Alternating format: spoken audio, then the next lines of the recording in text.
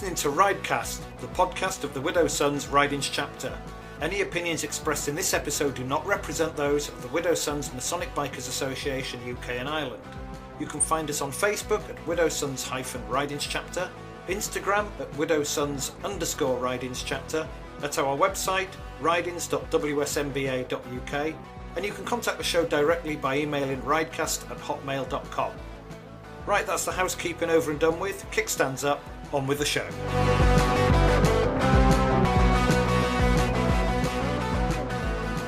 Hello, and welcome to Ridecast Season 2, Episode 2. This is your host, Yakka, and with me I've got my co-host, Pigpen. Hello, Pigpen. Hello there, how are we doing? Yeah, not too bad, brother. How are you?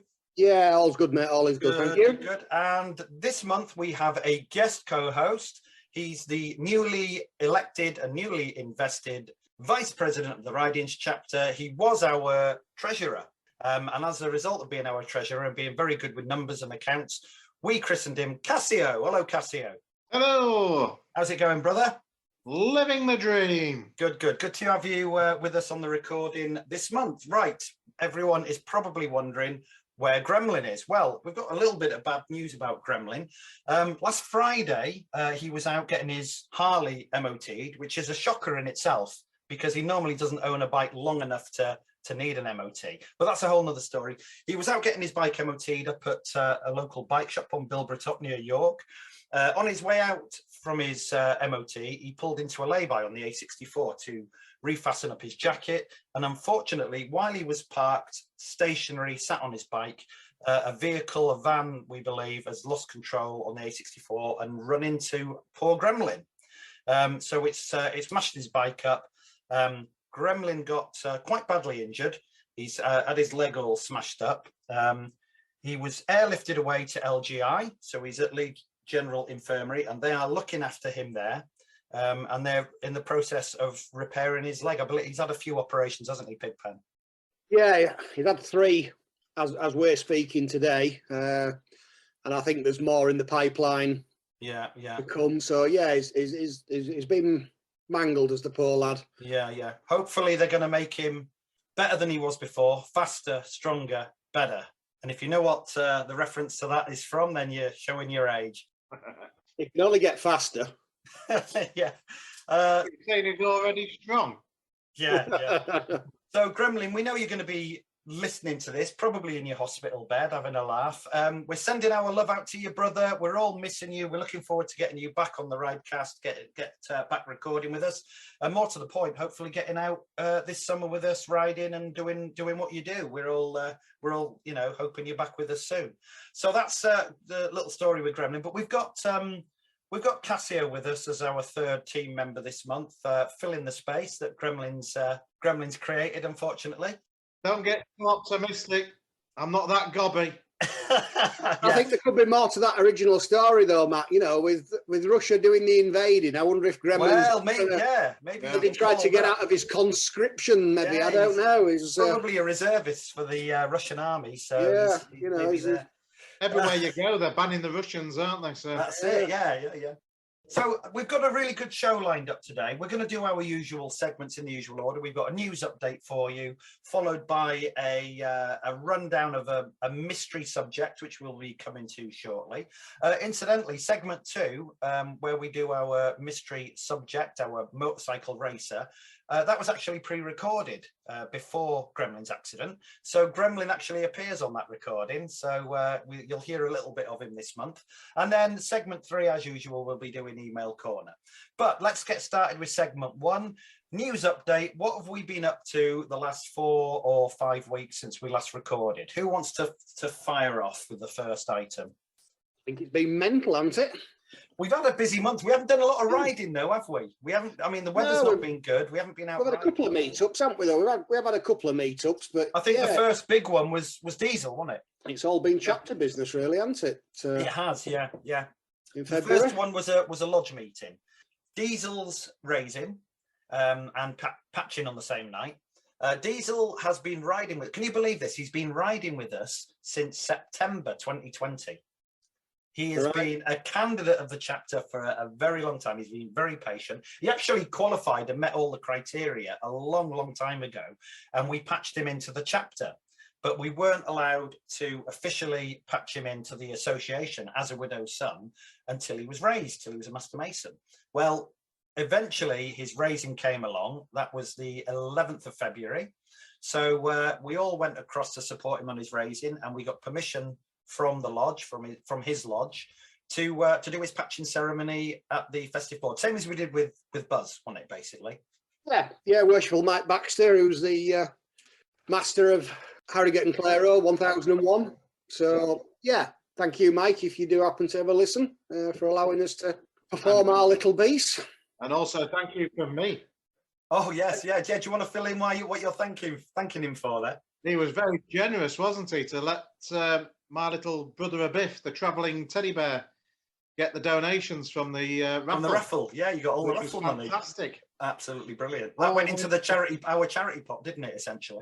No, it all went to the TLC teddy bears. Excellent, fabulous. But it came from the widow's son, is what I mean. Yeah, which was donated on Monday. Oh, well done. Brilliant. To the TLC. At your installation, wasn't it? Yeah. So going back to Harrogate and Claro, to Diesel's do, there was a lot there, wasn't there? That was a full lodge room. Yeah, busy night. Good night. There was loads of visitors. Obviously, they had a good turnout of their own lodge members. I think Diesel's a popular guy in his own lodge. The festive board, I mean, the dining room was absolutely chocker. I mean, guess what, 70 odd people in that room? I think he said there were 67, I think. Yeah, it looked like a decent number. We had 13 widow sons there, I think. 13 of us from the Ridings chapter went along to support Diesel. We had an entire table leg, didn't we? Yeah. And there was 4 legs, wasn't there? So yeah. So it was a good turnout. Excellent third degree ceremony. Really enjoyed that raising. Did you hear it? Could I hear it? Yeah. I struggled to hear most of it because all I could hear was Badger. Yeah, I know what your point you're making now. Yeah, yeah. Badger was waffling all the way through it, wasn't he? He never shut up. Keep in mind there was someone stood in front of me a bit further down near where you were that kept making little whistling noises all the way to it. Ah, yes, that's right. Yeah, that was Gremlin. We won't say why. We won't embarrass the chat. So at the festive board, we went through all the usual Masonic toasts that we do when we're at these festive boards, and then later on, towards the end of the festive board, the Worshipful Master introduced me. I stood up, did a little description about what we were about to do, and then I called upon all the widow's sons to be upstanding, and we moved into our positions. We did our patching in ceremony. Gremlin did the obligation. I did the address to the new member, and Pigpen had the easiest night of DCing as usual. I think we didn't impromptu, did we? No, not once. There you go. Not once. So yes. All about to change, but yeah, get ready. yeah. So welcome to Diesel, a fantastic new member who's really committed to the chapter. He's put loads of time, loads of effort. He's been all over Yorkshire with us. He went up to Roslin with us. And he's also now, within 24 hours of being made a patched member, he's been made the treasurer of the chapter at the AGM. But we're coming to the AGM next, aren't we? Now that we've finished with Diesel's patching. So the next item, the Ridings chapter AGM, where did we hold that? The beautiful Squires Cafe at Newthorpe. Was it last year we did a Zoom meeting? It was, last year it? with Zoom, yeah. So last year we had to do a Zoom, so it was quite nice to get back together in a room. We had a reasonable turnout. I've seen more at AGMs before. Well, it was good to get up there and just have a vegetarian breakfast, wasn't it? So I don't think that place has ever seen meat. Now, do I leave that in, or do I cut that out? Can I just say that is the opinion of Casio, not of the Ridings chapter or the WSMBA? Can I also point out that it didn't stop me having it? No. I think I had a sausage sarnie. A few of the guys had full breakfast, didn't they? Full English breakfast. But yep. We always start early. We arrive about 9, gives us an hour for breakfast, and then we move into the private meeting room that they let us use. They don't charge us for that either, do they? Bless them, Squires. So down into the meeting room, there was probably about 20-ish of us there. And we opened the meeting up. I chaired at the beginning after my report, and we did the reports from all the, President's report, Secretary's report, Treasurer's report. And then we did the election of the new officers, and Gremlin was proposed and promptly elected and invested. And then I stepped down and Gremlin took the chair. Oh, just shortly after that, I got presented with my past president's badge and pin, and then there was a puff of dust and you were gone. They just saw the doors swinging as I left. No, I didn't really leave. We had a good meeting. We discussed a lot of new business, a lot of events coming up. One thing worth checking out, guys, listeners.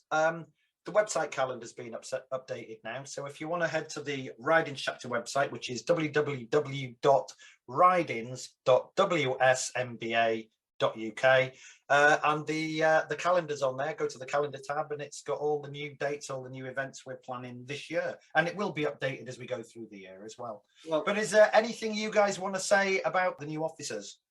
New officers are all fantastic. I'm sure they're all going to do a fantastic job. So who's doing what? Gremlin's president. Fantastic. Oh, just in Gremlin's honour, just hold on one second. I've got this music. Gremlin, if you're listening, this is for you, brother.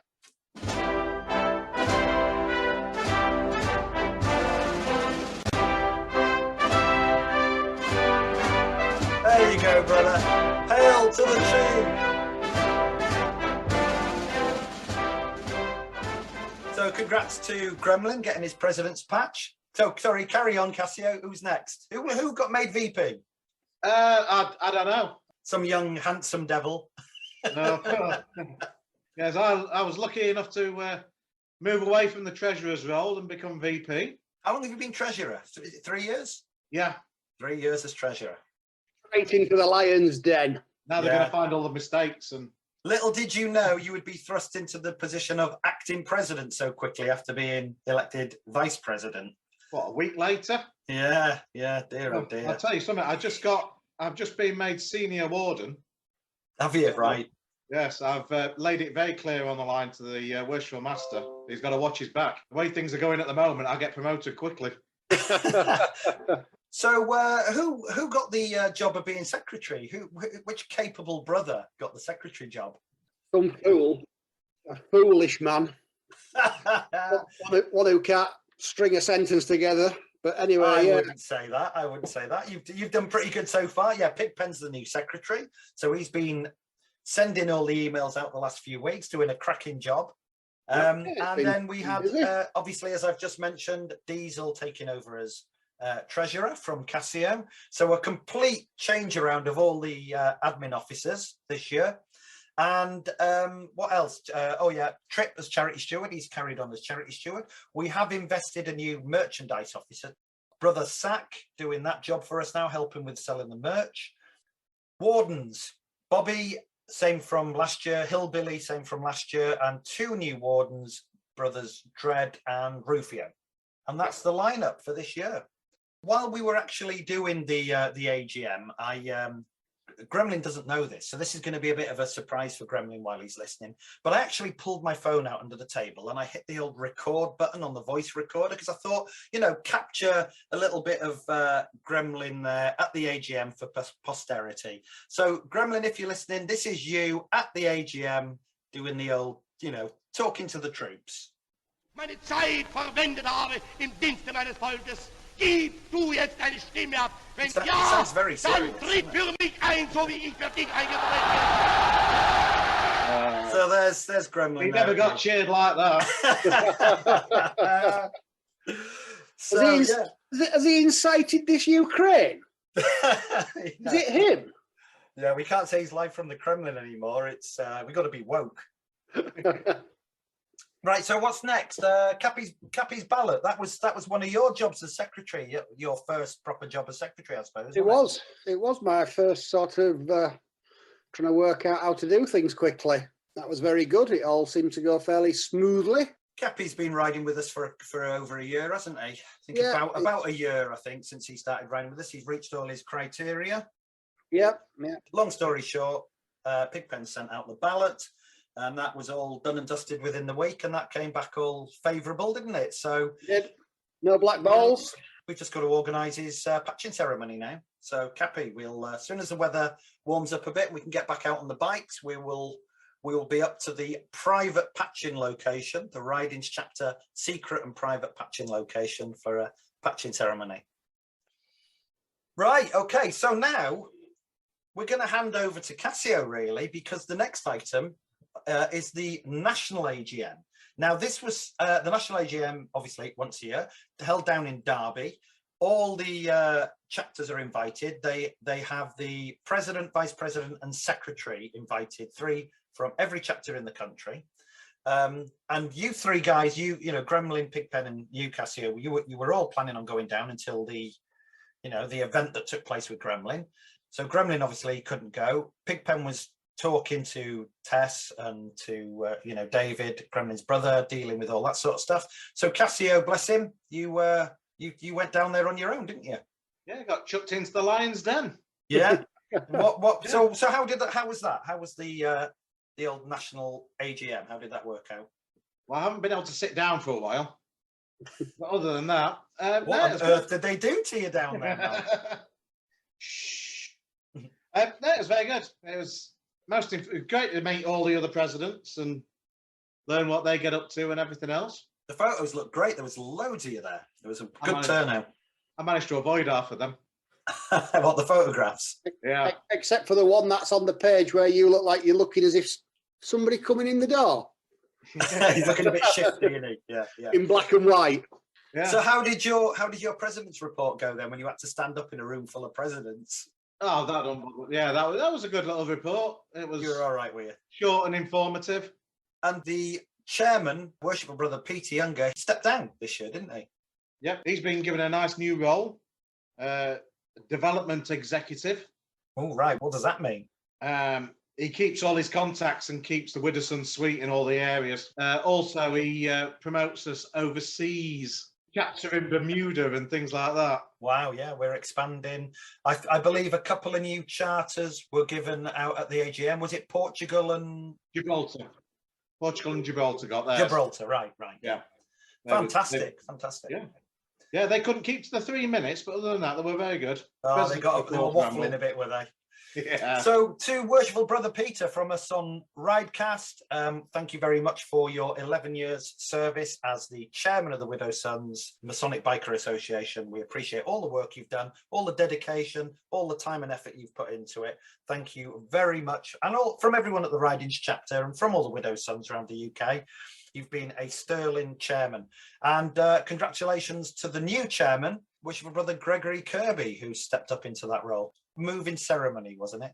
It was, yes. Yes, it was. There weren't many dry eyes up front, and there weren't an awful lot of dry eyes around the back either. We were all quite emotional at it. I'll bet. Did he get presented with anything there, or? Just the door.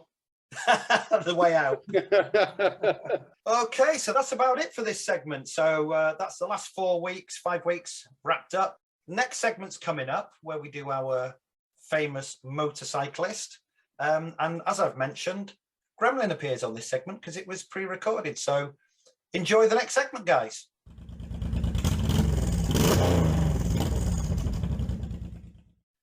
And welcome back to the second segment of the show. And we've got quite an interesting segment to do, quite an interesting item this month.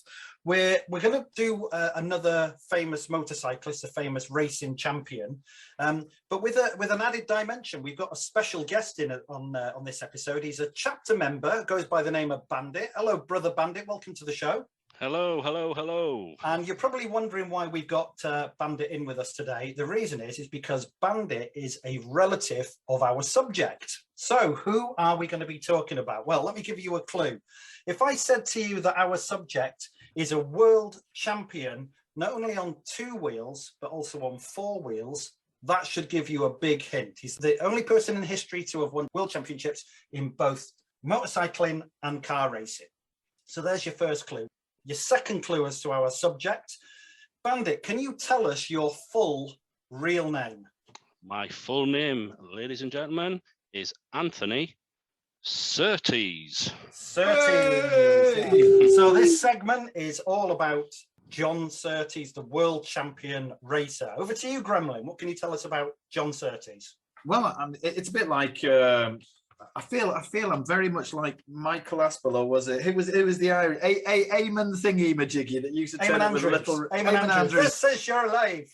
This is your life, Anthony Bandit Surtees. Anyway, John Surtees, CBE, born February the 11th, 1934, and died the 10th of March 2017, was a British Grand Prix motorcycle road racer and Formula One driver. He was a 4-time 500cc motorcycle world champion, winning that title in 56, 58, 59 and 60. Most of those sound like Pigpen's measurements, don't they? The Formula One World Championship in 1964, and remains the only person to have won world championships on both 2 and 4 wheels. He founded the Surtees Racing Organisation team that completed as a constructor in Formula One, Formula 2 and Formula 5000. From 70 to 78, he was also the ambassador of the Racing Steps Foundation. Fantastic. Brilliant. Shall we start early on, early life? I've got a little fact here that I read. Apparently, when he was, I think it's 14 years old, his father, Jack Surtees, who was quite a successful grass tracking racing guy, he was a dirt bike racer, gave him a box full of motorcycle parts and said, if you can put it together, you can ride it. And I believe it was a box full of Vincent parts. So we put together a Vincent and started riding around that on the field, and decided he wanted to have a go at road racing. So he turned the handlebars up, dropped the handlebars down, so they were in a road racing position, and started racing it around on the local roads, I guess, or a local circuit. I don't know. But when John was 14, apparently his dad was a sidecar racer, again in a Vincent. And one day the sidecar guy didn't turn up, and his dad said, "You, our son, jump in this. When we go around left-handers, lean this way. When we go around right-handers, hang off the side here." And he went out, and they actually won, didn't they? I believe they won that first race. They did, yeah.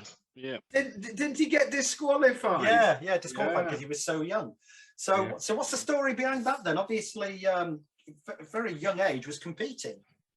Yeah, like you said, he put the bikes together because his dad also had a bike shop, bike repairs, and sold them. So he obviously got his mechanical skills from there. And what I've sort of investigated and found out at 15, it was a dad and son duo, and they did very well. But I wasn't aware about how he turned the bars upside down. That was really, really interesting. Went onto the road scene that way. Apparently, he had another connection with Vincent because at 16 years old, he ended up getting an apprenticeship at the Vincent factory, which is a coincidence because we did a segment, I don't know, middle of the first season. Yeah. Well, I say we, Pigpen did a segment all on Vincent HRD motorcycles, and that was interesting. So to have circled back and have John Surtees working at 16 at the Vincent factory is absolutely amazing. Fantastic. Yeah. So moving on then, his early races were in the early 50s, and he actually raced against Jeff Duke, who was another motorcycling legend, wasn't he? But other than his 500cc world championships and his car racing success, he was also a 3-time TT winner, wasn't he? He won and multiple podiums as well. Yeah. So what sort of bikes was he riding then? Do we know anything about the 500cc bikes that he won his championships on? Was the 500s? No, I think it was the 350s with the MVs, if I'm right. That's right. I know he did get asked to race for MV, but before that he was riding Nortons, apparently. He was riding competition Nortons. Yeah, that was his first factory ride. Wow. And then Augusta asked him to come across to the factory. At the time, Augusta were famous for making aeroplanes, apparently. Right. But they wanted to move into motorsports, and Augusta decided that he was going to build motorcycles, and he wanted John Surtees racing MV Augusta. So that's how he ended up on the MV Augusta. That's fantastic. He won all his championships on Augustas. Were they all 4 of the 500cc Grand Prix championships? The interesting bit I thought about his racing was when you look at his race wins in 56, 58, 59 and 60. Yeah. He won the 500 and the 350 in all 3 years. Yeah. And he won every race pretty much in 58 and 59, he won pretty much every single race. Yeah, I've got here that out of the 39 races, he won 32 of them. Yeah. You know, talk about dominating. That is incredible. That is absolutely. I've got from 51 to 60 out of 352 race starts, he'd won 250. Wow. That is consistent, isn't it? Apparently, his main competition on the Augusta at the time was Galera. Is it probably Galera or Galera? Well, I've always said Galera. Depends where you are in the country, I guess. I guess, yeah. That's another Italian brand, right? Yep, never heard of them. Yeah, apparently they were very successful, but they withdrew for some reason. They withdrew from the championship, and that's when the MV Augusta really began to dominate and just won year after year after year. So did Motor Guzzi withdrew as well. Right. Which were his main competitors. So he won as I said, he won the senior TT 3 years in succession. Wow. And I think when he came to the sort of end of 1960, he'd won 4 of the GP championships. He'd won the TT 3 years in succession, and I think he was around about 26 years old at the time, and he decided, you know what, I've won all the bike stuff I want to win. I think I'll go and win some car stuff now. Yes, indeed, that's exactly what happened. So he was obviously offered a drive somewhere. I think Lotus were the first people. Aston Martin was the first thing. Was it Aston Martin? Right. Yep. Okay. So that would have been a DB whatever. Yeah. DB1. DBR1. The R1, right? Yeah. So what was it? What was his record like at Aston Martin? And did he win anything at Aston Martin, or was it just him getting to learn the circuits that first year? It was just a test drive on the DBR1. Because there was a point where I believe Aston Martin asked him to drive, and he was like, well, I'm still competing in the Grand Prix on the bikes. And they were like, well, when you're not on the bikes, come and drive our car. So he was doing a bit of both that first year. He was still doing a little bit of bike racing and doing the car racing. Well, in 1960, it was Lotus who he did his first proper season Formula One with. Yeah, his first full season. Yeah. It was the first one. You know what Lotus stands for? Go on. Stands for loads of trouble, usually serious. I like that. Yeah. So that was his first year. That like Fiat. Yeah, fix it after tomorrow. Fix it again tomorrow. Fix it again tomorrow. Pigpen is often known as Lombard, apparently. Oh, here we go. Apparently, lots of money, but a real dick. Apparently, the guy who owned Lotus, his sort of mantra was, if it costs anything, cheapen it. If it weighs anything, lighten it. Well, I guess it worked because they produced competitive cars in the Formula One, didn't they? And then he went. Did he win on that year in the Lotus? Then was that? I'm not sure, because I've got his first F1 race. He was racing for Maranello. Am I pronouncing that right? Maranello. Yeah. No, I didn't see that anywhere. Maranello team, and won his first F1 race in '62. Right, okay. I've got here that he drove for Cooper in '61. Would that be John Cooper, as in Mini Cooper? Mini Cooper, I think it is. I think it is.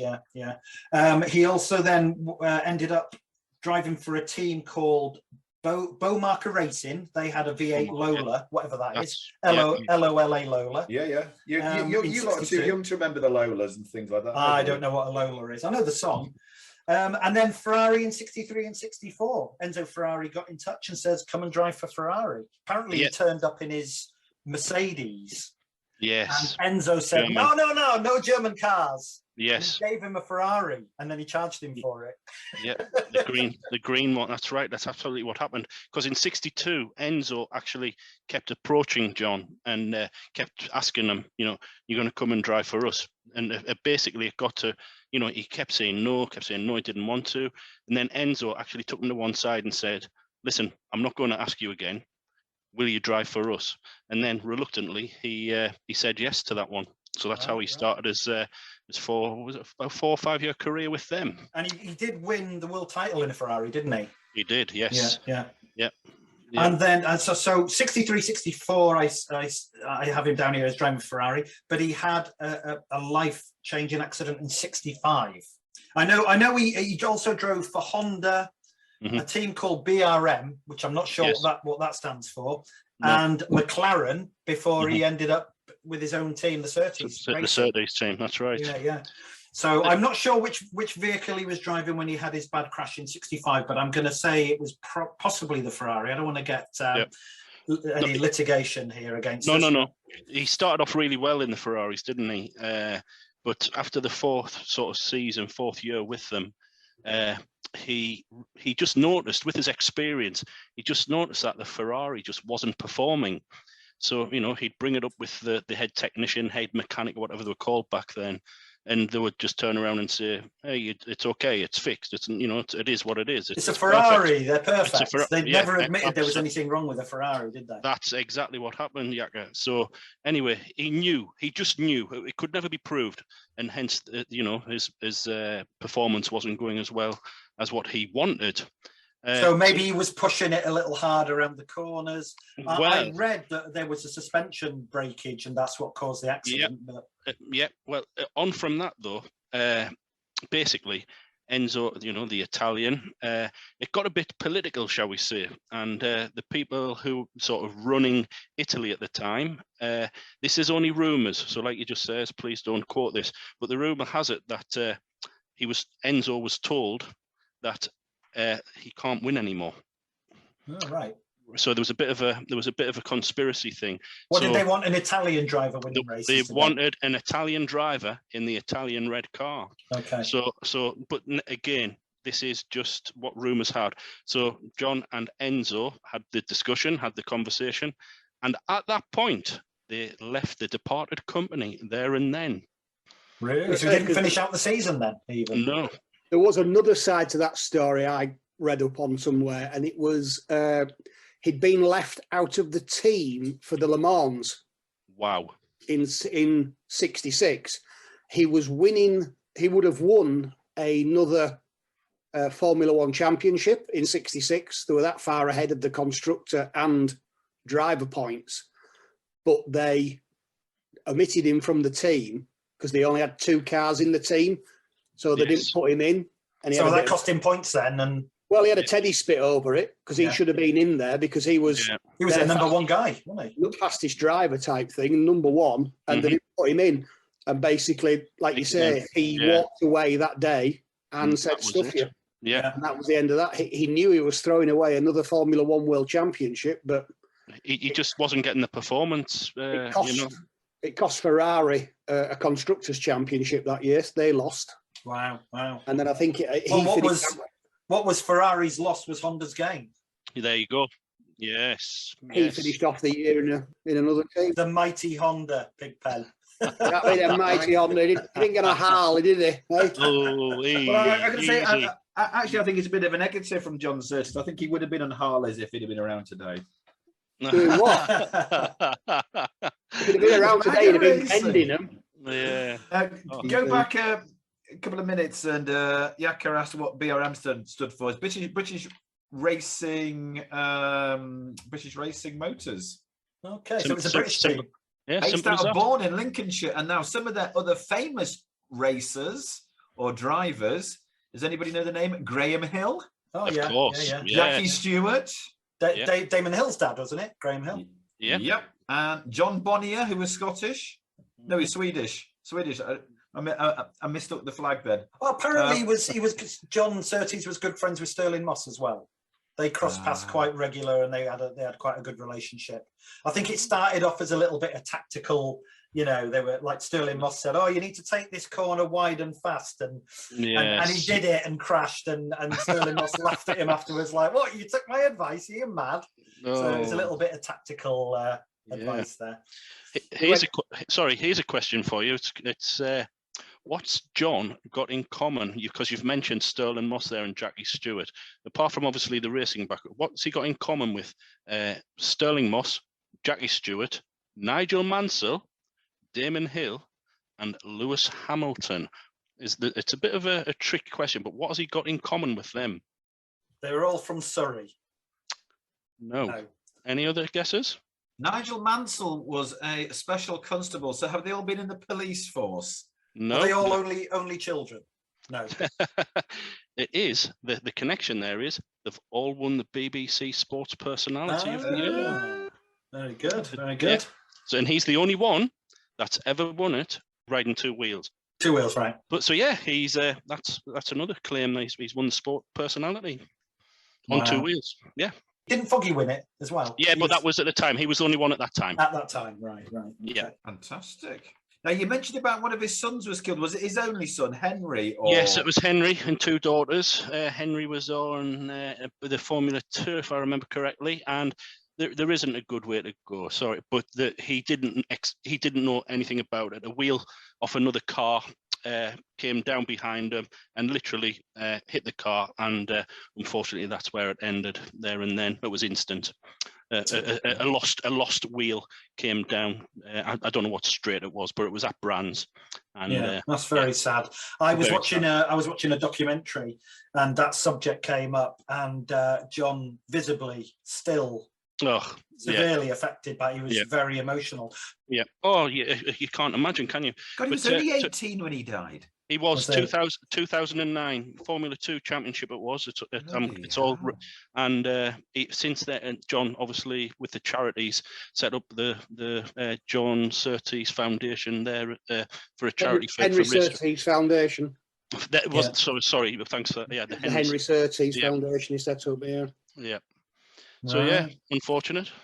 So after he obviously retired from racing himself, but then he became a team boss, didn't he? A constructor. He set up his own team, the Surtees Racing Team. He was in the construction in the championships as a constructor from 1970 to 78. I don't think he ever won a constructors championship, did he? Though I don't think he could compete with the big boys. Certainly competitive cars, but they didn't have the money to throw at the R&D and the testing that the big boys like Ferrari had. That's correct. But so I mean, 8 years and as a constructor, that shows his dedication and the skill he had, obviously, to stay competitive for that long. Who did he? Any ideas who he had driving for him? Did he have any famous drivers? Derek Bell. Derek Bell. Wow. Mike Halewood, Jochen Mass. Wow, well, you did have some proper talent then driving for him. Mike Halewood Lodge. Yeah, Mike Halewood, a Freemason. Carlos Pace from Brazil and Andrea Di Adamic. I presume that he's Italian. There you go. Very good. There's one thing there, Gremlin, as you were saying, in 1992, old Michael Aspel did... there you go, yeah. He did tell him this is your life. He absolutely did, yes. Yeah, 92. So who funded him then to be a constructor? Because it ain't cheap. At the time it was his own money. Was it? I do know a little bit about this, and he actually, I don't know if you're aware, he actually went bankrupt through it. He lost everything at one point. Yeah.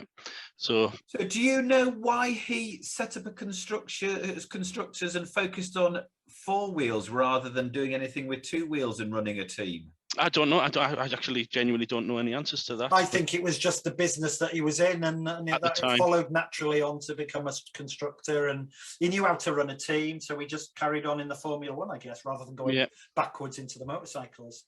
Right. So after the team, obviously they had financial difficulties with his constructors team. Was that at the point where he retired then fully from racing altogether in 78 then, 79? Would that have been the end of his? Yeah, the serious career, shall we say? But he's always kept his, shall we say, his toe in the water, hasn't he? Did he ever do any punditry? I don't know if he did actually. He probably just did a lot of after dinner speaking and public appearances, and probably made a living that way. Not that he I don't think he was poor. The interview I saw, the documentary I saw with him in an interview, he was in a giant, I guess you could call it a hangar on his land, filled with all his old racing cars and his private cars and motorcycles. I mean, his collection must have been priceless. Yes. Wow. Is it the baker? He did the interview, didn't he? He turned up on a Ducati. Paul Hollywood. Is it the baker? That's right. Yeah, the cook, the cook guy, the chef guy. Yes. I saw a clip of him chatting with that guy because Paul Hollywood is a biker, isn't he? That's right. And John let him have a ride of the MV Augusta. Yes. Wow. Around the estate. That's the one. I remember seeing that. Yeah. Wow. Because again, he did do full circle in the 70s because he ended up with a motorbike shop as well, didn't he? Did he? Yeah. What was he selling? Just anything? Mighty Hondas. Yeah, he had a Honda agency. Proper bikes. Yeah. So Yeah, what year was that, Pigpen? Did you say? that was just in the 70s down in West Wickham in Kent. Right. Yeah. West Wickham already had a Harley dealership, so he couldn't have two. Then a couple of farms selling pigs. That's about all. So he'd have been selling CB 750s, CB 900s, and probably a lot of C90s at the time, I would have thought. And he had a Honda car dealership in Kent. Yeah. So he must have been selling cars as well. Bit of a jack of all trades, man. Yep. Well done.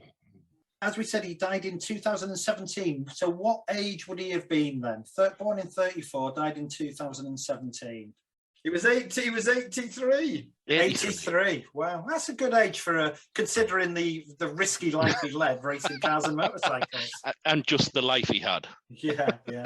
Let's be honest. Well, he must have been, because he was married 3 times. Yeah. That's more dangerous than motorcycle racing, isn't it? Exactly. Yeah.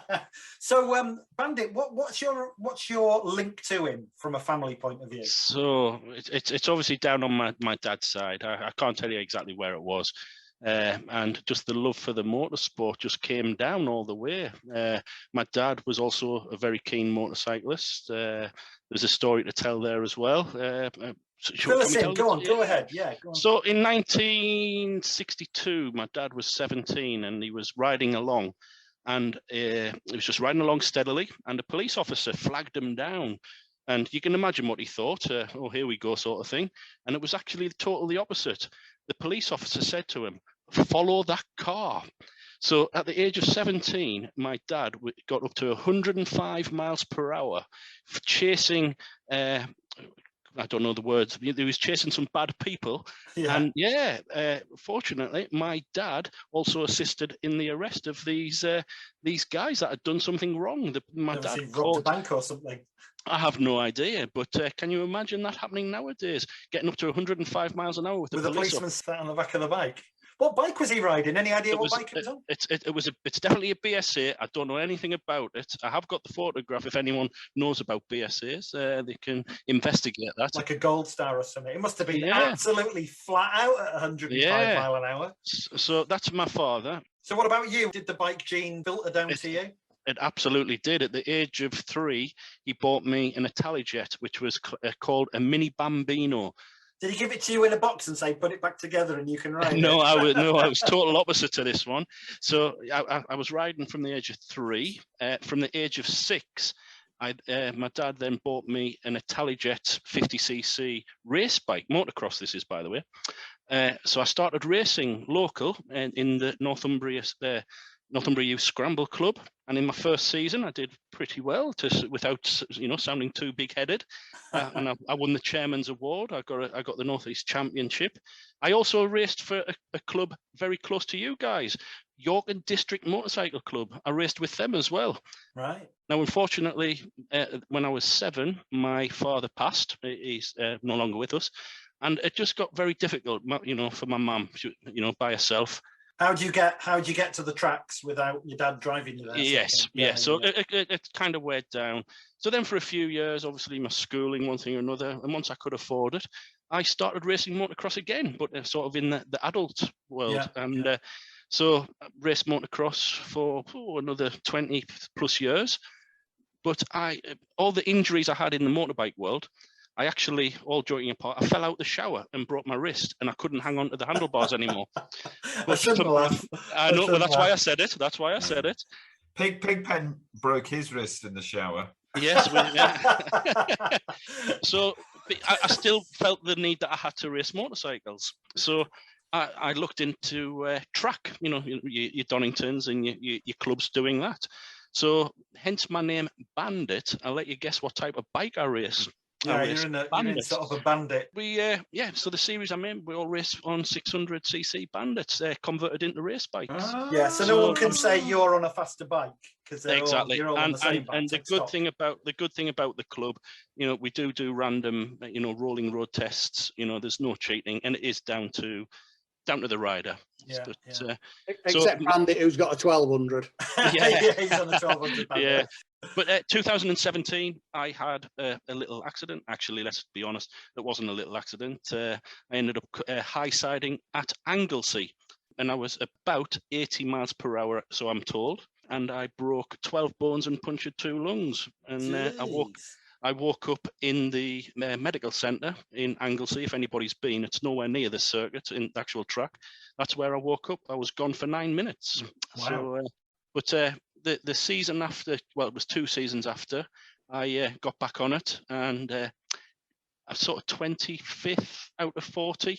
I've lost the edge. Yeah, I can't, lie. Well, you had the Surtees blood pumping through your veins, but maybe absolutely. I mean, let's face it, mate. You're no spring chicken anymore. No, hang on. No, come on.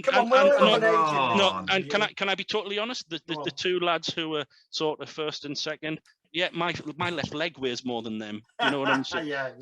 And the great lads, absolute top respect to the guys who are they over 20 yet? Yeah, just yes. That's the other thing. It is, yeah. The youth. That's what I found out with racing is all of a sudden the 17-year-old youths coming past who don't care whether they go to school tomorrow. Yeah, Yes. and the other thing is, if you fall off a motorcycle at 20 years old, within 2 weeks you're feeling great. Yes. When you're our age, 6 months later, you still got aches and pains, haven't you? Oh, I still have a few years on, but hey, totally. that's racing. So, but my bike, obviously, with you gentlemen, with the Widow's Sons, I still participate in some sort of race weekends now, but on a BMW. Yeah, the mighty GS. The mighty GS. I love the old GS. I'm going to get another one hopefully this year. Well, thanks very much for joining us and giving us the rundown on your. What did we say he was? A distant uncle. Let's call him a distant uncle. Yeah, down the line somewhere. Everyone's an uncle or an auntie, aren't yes, they? absolutely. Thank you. Yes. So, on behalf of Ridecast, I'd like to thank Bandit for making an appearance and giving us a little rundown, not only of his famous relative, his champion relative bike racer, but also on his little semi-successful bike racing career. So, thanks very much, Bandit. Appreciate it. Thank you. Thank you, Bandit. Most enjoyable. Well done, Bandit.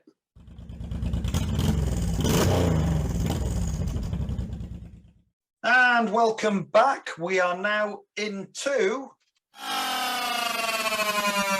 Email Corner. Right, guys, before we get started with the emails, I've got a couple of quick shout outs to do. First of all, back to Worshipful Brother Peter Younger. I know we mentioned him in segment 1, but I just wanted to thank Worshipful Brother Peter Younger for all the kind comments he posts when we publish episodes. He always puts a comment on saying, great show, good listen. So thanks for the encouraging comments. Much appreciated. Also, I want to say a quick shout out to Andy Hoggy Bridger, who sent me a message to say that he had subscribed to the YouTube channel. So he's a YouTube listener, podcast listener, if you know what I mean. Right, okay, so on to the emails then. Who wants to go first with an email? I've got one here. Dear Ridecast, do you have any recommendations for a good YouTube tutorials on bike maintenance? Could you do a playlist on your YouTube channel? Right. Videos. Right. And that's from Rob.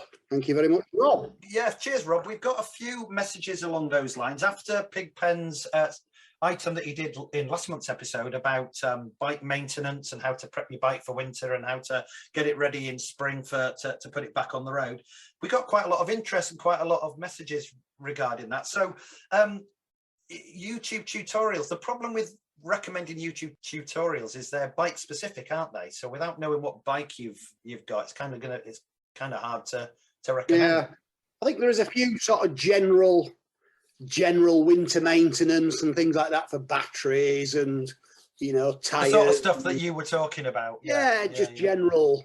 But it's also the presenters, isn't it? Some presenters you don't connect with, other presenters you do, and it comes across better. So I mean, if there's anything specific that you want to attempt to do on your bike, like if you want to adjust your chain and lube your chain, if you just type, let's say you've got a ZX6, type in ZX6 chain adjust and lube and see what comes up. You're bound to get a tutorial showing you how to do it. You can get very specific stuff. Like when I was doing my water pump on the VTX, I typed in VTX water pump replacement, and there was about 3 of them.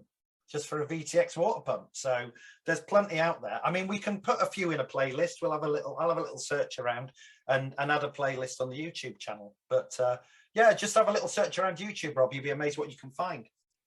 Right, Casio, have you got an email for us? I've got one, keeping it in the same sort of theme. Dear Ridecast, Pigpen seems very knowledgeable about bike maintenance. Has he ever worked as a bike mechanic or just learnt by trial and error over the years? Best regards, John. There's a question for you. I never thought anyone would say Pigpen sounds knowledgeable. No. I'm just getting in a Gremlin theme here. Yeah, good one, good one. You're channeling Gremlin there, weren't you? I've never worked in a bike shop. I did work on the spanners, but on heavy plant. So dump trucks, diggers, dozers, wagons and stuff like that. So I do have a little bit of sort of mechanical background, but it just stems from basically back in the early days, never having enough money to be able to race and pay. Yeah. So self-taught then. Yeah, you had to learn to spanner your own bike because you couldn't afford to do both. So you've never worked in a Suzuki shop or a Honda shop. You've just picked up the spanners in your garage. And I've got a good close friend who is a bike mechanic. So that's handy. That's handy. Yeah. Then. You've got someone at the end of the phone. You can say, "Where am I going wrong?" Well, he's in the same village as me. He's got a rolling road. He does all the high tech stuff, and you know he's into getting 400 horsepower out of a Hayabusa to do the, you know, putting the cars and all this sort of stuff. So yeah, he's a knowledgeable lad who can usually pick up my mess and straighten it out. Together. Yeah. When I've gone wrong. How does it work in your village then, Pigpen? How do the normal transport cope with those horseless two-wheeled carriages? Oh, how'd you pay your bills? You just give them a leg of pork or something? Yeah. Do you know what? I've got an email here which follows on exactly from what Pigpen was just saying. You know, you're saying about basically you couldn't afford to pay someone else to do it. Yeah. This one says, "Dear Ridecast, how much do you think you save per year by carrying out your own bike maintenance? I would like to do more maintenance myself, but lack confidence. What if I break something or can't put my bike back together? Yours nervously, Cameron." I know what he means, because you start working on something and you think, I hope I can get this back together. It's all right for you, Pigpen. You've got a mechanic up the road that you can get on the phone. Come and put my bike back together. I've stripped the engine down. I can't do it.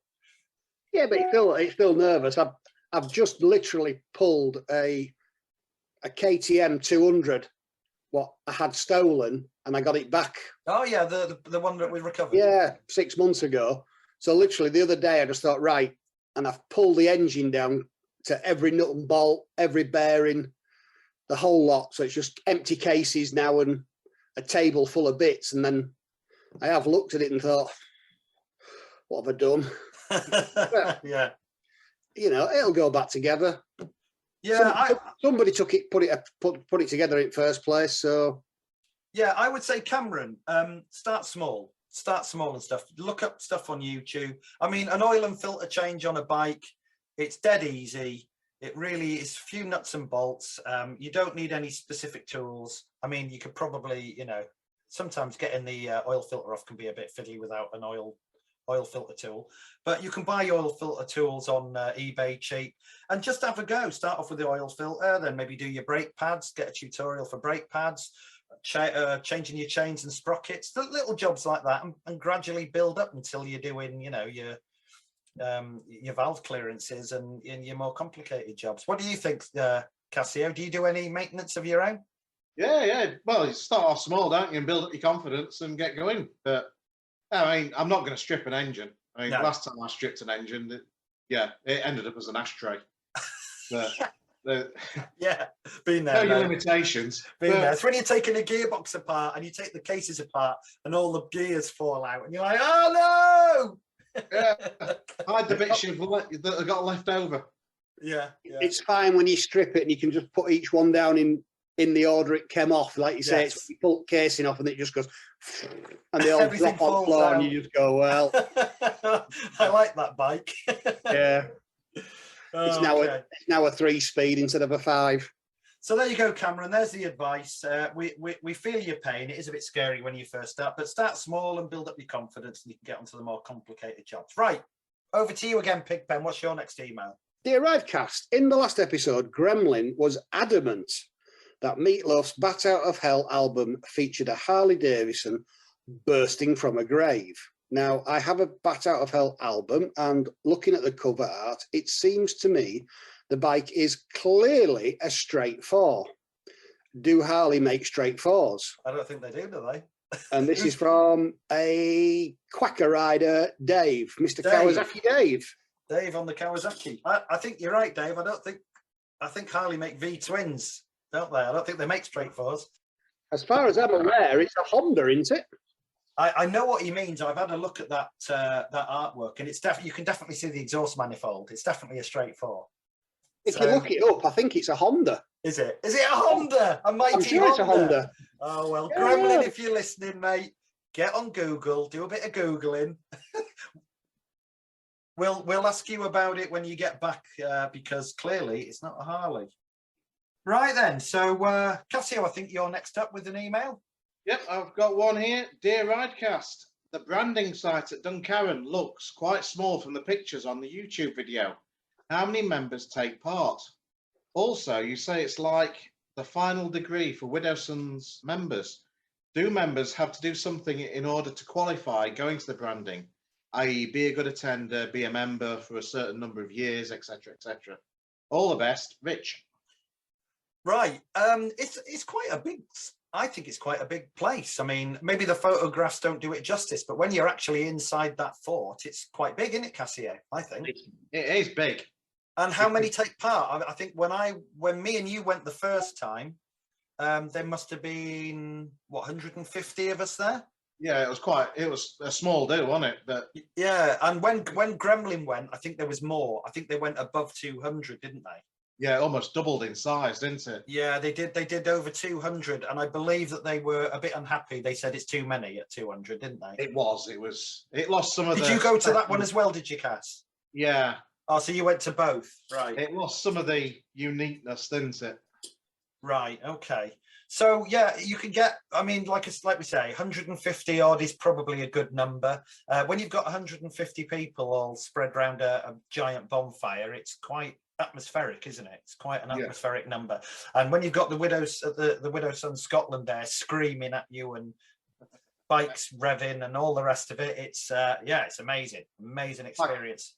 It's like a night out in Glasgow, isn't it? Yeah, absolutely. What was the second half of that? Do you have to do anything to qualify to go, wasn't it? Not really, do you? I mean, numbers are limited, and each chapter is allocated a number of brandies and helpers.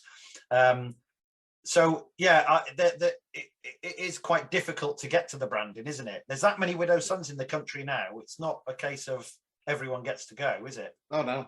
I think there's people are going to be waiting. I mean, Pigpen's been quite lucky. He's managed to get in this year, haven't you, Pigpen? All being well. If I need to confirm that. Yeah, if it gets confirmed. Right. Well, let's fingers crossed.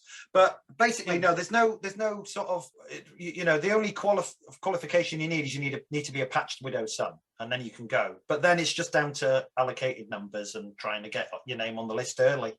Yeah. So if you want to go, get your name on the list now for next year or the year after. I think every Widow Son should try and get to it. Right, I'm going to move on. My next email. This is a reply from a brother we got an email from last month. Do you remember Llama from last month? Anyway, this says, "Hi guys, thanks for the call out on season 2, episode 1. I'm famous down in my parts now." He's East Kent chapter. It says, "Definitely got a few more listeners." So great, that's good news. Nice to hear that a few more guys from East Kent are listening to the show now. It says, "We're up to the National Rally in July. May see you there. I'll be the one wearing the black waistcoat."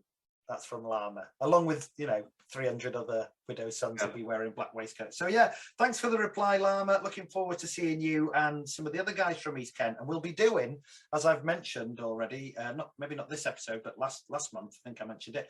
We'll be doing not only videoing up there, but we'll be doing some interviews and recording for the August episode of Ridecast. So we'll be interviewing as many of the brothers as we can, and a few of the chapters that are up there, and we'll include it in the Ridecast show the month after.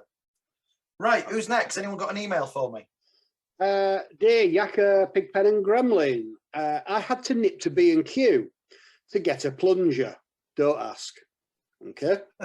The guy manning the self-service tills insisted that I take off my lid, despite the fact it was a modular lid and that he could clearly see my face. Yeah. Have you guys ever had any issues when keeping your lid on in a shop? Keep up the good work, and that's Taz. Right, yeah, sounds a bit of a Jobsworth type. How many things are wrong with that? I'm gonna say, I think the only time I had an issue was in the bank. I like the way that there's a guy manning the self-service tills. Yeah, no, I think he sounded more Jobsworth, especially over the pandemic. No, I think I've been into a few shops and kept my visor down because it covers your mouth up and no one said anything. But pre-pandemic, I'm trying to think if I've ever had, when I've had my modular helmet lifted, if I've ever had anyone ask me to, I don't remember anyone ever telling me to take my helmet off. Going into a garage to pay for. I've been refused in a petrol station. What, with your modular lid lifted? The lid up, any buffer, anything down, they could clearly see my face, and they insisted on me taking the helmet off. Yeah, it's crazy, crazy.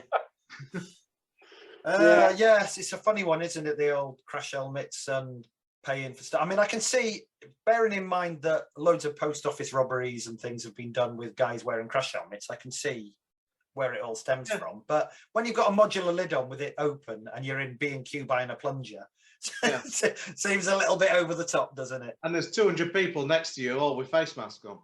I think even like you say, though, when you walk into a post office, if you've got the lid flipped up and you stood there with your letter, it's different to the lid down, a dark visor on, and a sawn-off shotgun in your hand.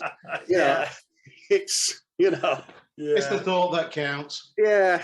So no, in answer to his question, I've never had any problems. Obviously, Cass has had the one.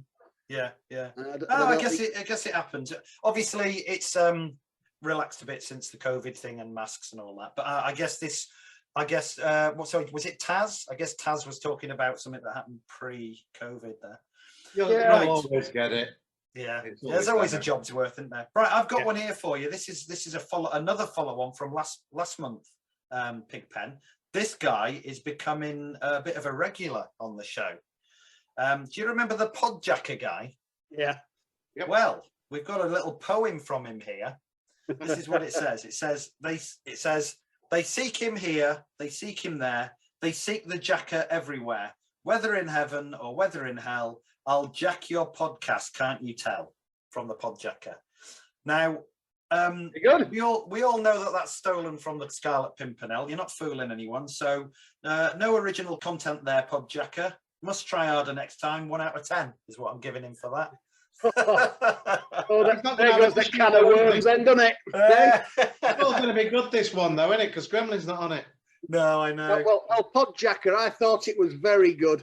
So when you start slating people, just remember, I thought you were wonderful. He's got an open invitation to come on the show, and he sent us a poem. I guess he's trying to show us his creative side there. Nice try. Nice try. Very nice. Very nice. You'll be getting roses next time. Yeah, box of chocolates. Right. Is that all the? I've got a couple more. You've got a couple. You go. Then I've only got one. Good evening, Ridecast. I have a suggestion for the next Ridecast episode. Engine types, from the single cylinder to the 6 cylinders. How does that sound? Bit too technical? Diesel. It's our Diesel. Hello, Diesel. Welcome to the chapter again. Yeah, that's a really interesting. That'd make for an interesting segment, going from the singles, because it's not just the number of cylinders; it's the layout, isn't it? The V's, the straights, the whatever V4s, inlines, and. Is it worth? Is he wanting an explanation on them all, or does he just want a soundtrack playing of all the different types? Oh, that's a good. In fact, if we could get a sound effect for each engine, so we could listen to them all, that'd be quite good, wouldn't it?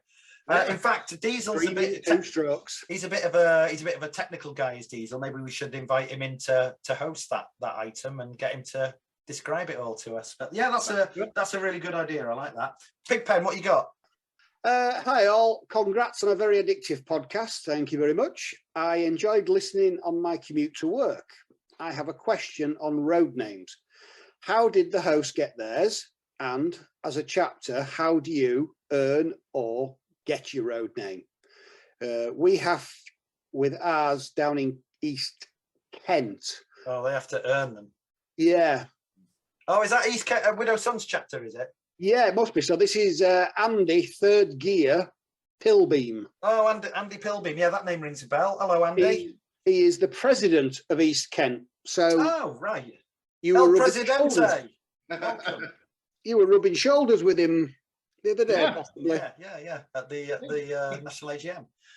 Third gear. I wonder how he got that name. Third gear. Does he always get stuck in third gear, do you think? Or doesn't get higher than third gear? Can't get out of third gear, yeah. Right, yeah. So we've actually covered this to a certain degree in a very early episode, right early on. I think it was episode 1 or episode 2.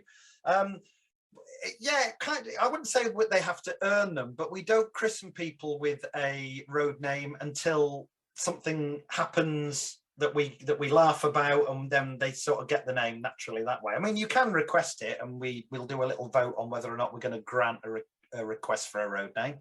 But right, okay. So how did the host get mine?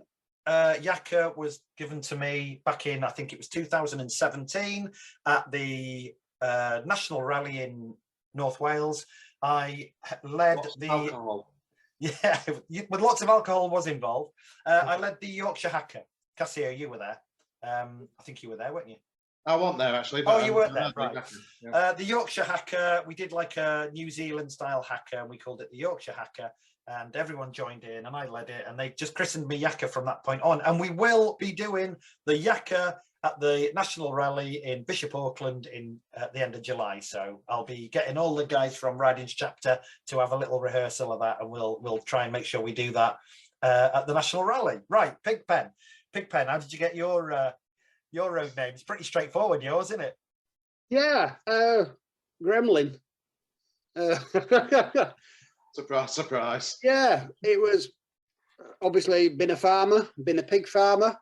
That's all you need to say, really, isn't it? Yeah, it was something to do with that. And I think in the end, the Pigpen name came from the film Convoy.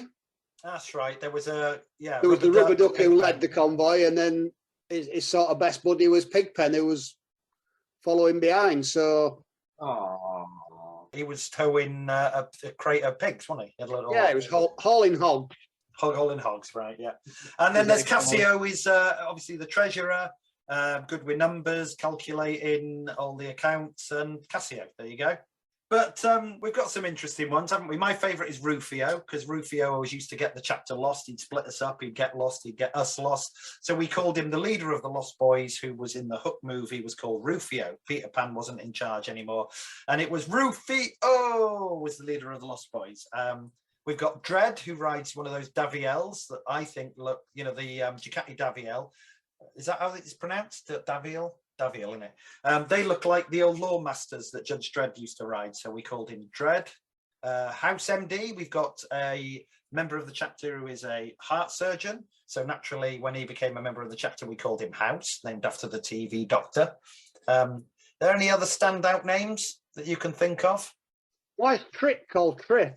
Trip, oh yeah, Trip short for Triple B, because he had a triple bypass. He's had a heart bypass, triple bypass, so we call him Triple B, or Trip for short. Compo, yeah, lives down in Holmfirth, where they make Last of the Summer Wine. So he was called Compo. And it goes on and on and on. There's loads of them. There's some... Uncle Albert. Uncle Albert, yeah. Uncle Albert is a spitting image of Uncle Albert from Only Fools and Horses. So we call him Uncle Albert.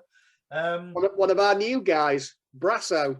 Brasso, yeah, we found out that he plays, is it a trumpet or a trombone? Trombone, that's right. He plays in a brass band, anyway, so we called him Brasso. That's quite a new one. I wanted to call him Lurpak. That's right, yeah, because of the trombone player in the Lurpak ad. Oh, yeah. Cappy, short for Captain. His surname is Kirk, so obviously we called him Captain Kirk, and we call him Cappy for short. So there you go. There's just a few of them anyway. Right, is that it? Is that all the I've got one more. Oh, you got another one? Go ahead. Last one, I guess, then. I think it's one of your old friends here. Hi, boys. Both Gertrude and myself have been listening to your podcast, and we have found it most enjoyable, especially Pigpen. If he was 40 years younger and I was 70 years younger, we would have had fun on bikes. How old do you think he is? I'm going to say, would have been on push bikes. I was Come 10. on, Gertrude. You'd have been 10 years old. Anyway, carry on. My husband was a Freemason and a biker, but passed away some 30 years ago. And in them days, the widow's sons did not exist, especially on the Isle of Man. I was just wondering how it all started and why, and looking forward to hearing more about your travels and antics. Love and kisses, Ethel. Wow, how did it all start? Well, it came across from America. Widow Sons in America were out and about years and years and years ago. God, I should know the history better than this, shouldn't I? Somebody came across to the UK and basically started the Widow Sons. In America, it was called the Masonic Riders Association, but the Brits wanted to call it the Masonic Bikers Association instead. So that's why it got called the MBA instead of the MRA. That was in 2004. There was a national chapter set up with about 8 guys, all from all over the country, and they all met in Nottingham and created the first, what they called the national chapter. And the plan was, as members were recruited around the country, as chapters were formed, once 4 chapters around the country were formed, the national chapter would be disbanded, and then it would grow from those 4. And a PGB was set up, the President's Governing Board, where the president from each chapter would meet and they would organise the constitutions and the bylaws. And it's quite boring, really, but that's when it started back in 2004. It's worked now, though, hasn't it? Because they want a chapter in every province. Yeah, and we're up to what, 30 chapters now. Yeah, 30 chapters, over 1,000 members. Yeah, and quite a few, there was 3 or 4 chapters founded during COVID. Right, wow, fantastic. Already 60, 70 members in those chapters. Brilliant. Strength. Portugal's the new boy, isn't it? And Gibraltar. Yeah. So that's a good place to ride out. So Gertrude and was it Ethel, a friend? Yeah, fantastic. Ethel, I'm sure Pigpen would be more than happy to take you out for a ride. It's like a Pigpen pal, this one. Are we sure this isn't from Gremlin? Has Gremlin sent this one in? I did wonder, but since he's not here, I'm not sure anymore. This one definitely came to the Ridecast email. Because some of them come through the website, some of them come through the Facebook page, but that one came through to the email. So, so thanks for the message there. Much appreciated, Gertrude. And Ethel. And Ethel, yeah. Sheila wants to ride Pigpen's bike. Well, I think that about wraps up the episode, doesn't it? I think we're done with Email Corner. I think we're all sorted. So I think we will say goodbye. We'll sign off and we'll catch up with everyone next month's episode. Casio, thanks ever so much for filling in, for being the guest host. I hope we can rely on you to come back and guest host on another episode for us. Anytime, as long as I'm not too boring. Yeah, thank you very much, Casio, for stepping in. You've been brill. Appreciated. Yeah, absolutely. Now, if anyone out there is listening, they want to get a message to us and get an Email Corner, remember, send your emails to ridecast@hotmail.com, or you can contact us through the website or the Facebook page. Look out for the Riding Chapter on Facebook. It's all in the housekeeping at the beginning of the show. So anyway, this is Yakka signing off for Ridecast. Over to you, Pigpen. Yeah, this is me signing off as well. Thank you very much, boys, for an entertaining evening. I'd just like to say another get well to our co-host, Gremlin, who is, as we speak, recovering. So all the best, Gremlin, lad, when you hear this. Take care of yourself, Gremlin. We're thinking of you. And you too, Tess. You too, Tess. And David, his brother. Yeah, let's have you back with us as soon as possible. And just like I say, thank you to our VP for stepping in at late minute and doing a sterling job. Finally to you, Casio. Thank you for having me. It's goodbye from me, and come back, Gremlin. All is forgiven. Make it quick. All right, guys. Cheers then. Catch you next time. Cheers, boys. See you later.